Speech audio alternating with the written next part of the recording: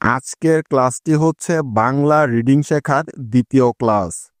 তাই আজকে আমরা বাংলা ব্যঞ্জনবর্ণগুলোর সঠিক এবং শুদ্ধ উচ্চারণগুলো শিখব।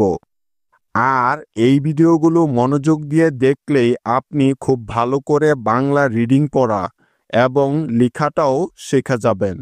তাহলে চলুন ব্যঞ্জনবর্ণগুলো প্রথমে শিখে নেওয়া যাক। বাংলা ভাষায় মোট ব্যঞ্জনবর্ণ আছে ৩৯টি, যেমন ক, খ, গ, ঘ, উ, চ, ছ, বর্গীয় জ, ঝ, ইয়, ট, ঠ, ড, ঢ,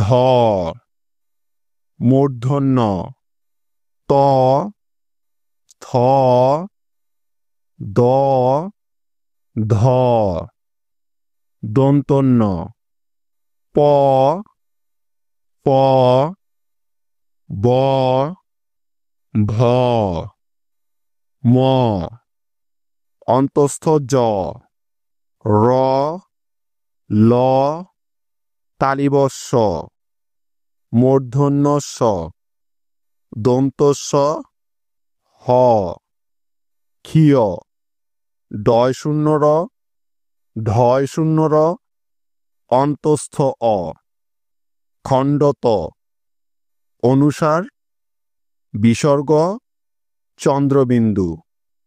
এবার আমার সাথে সাথে বলুন: ক, খ, গ, ঘ, উ, চ, ছ, বর্গীয় জ, ঝ, ইয়, ট, ঠ, ড, ঢ,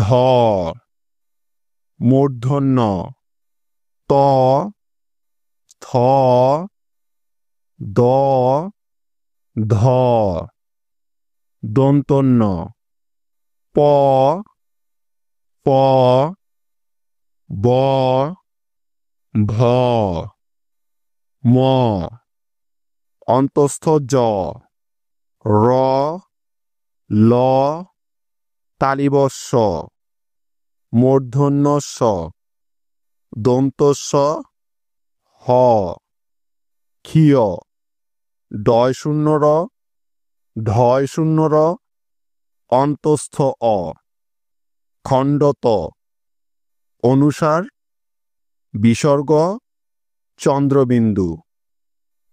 গাইজ, নেক্সট ক্লাসে আমরা বাংলা ভাষায় যে কারচিহ্নগুলো আছে সেগুলোর সঠিক ব্যবহার এবং উচ্চারণগুলো শিখব।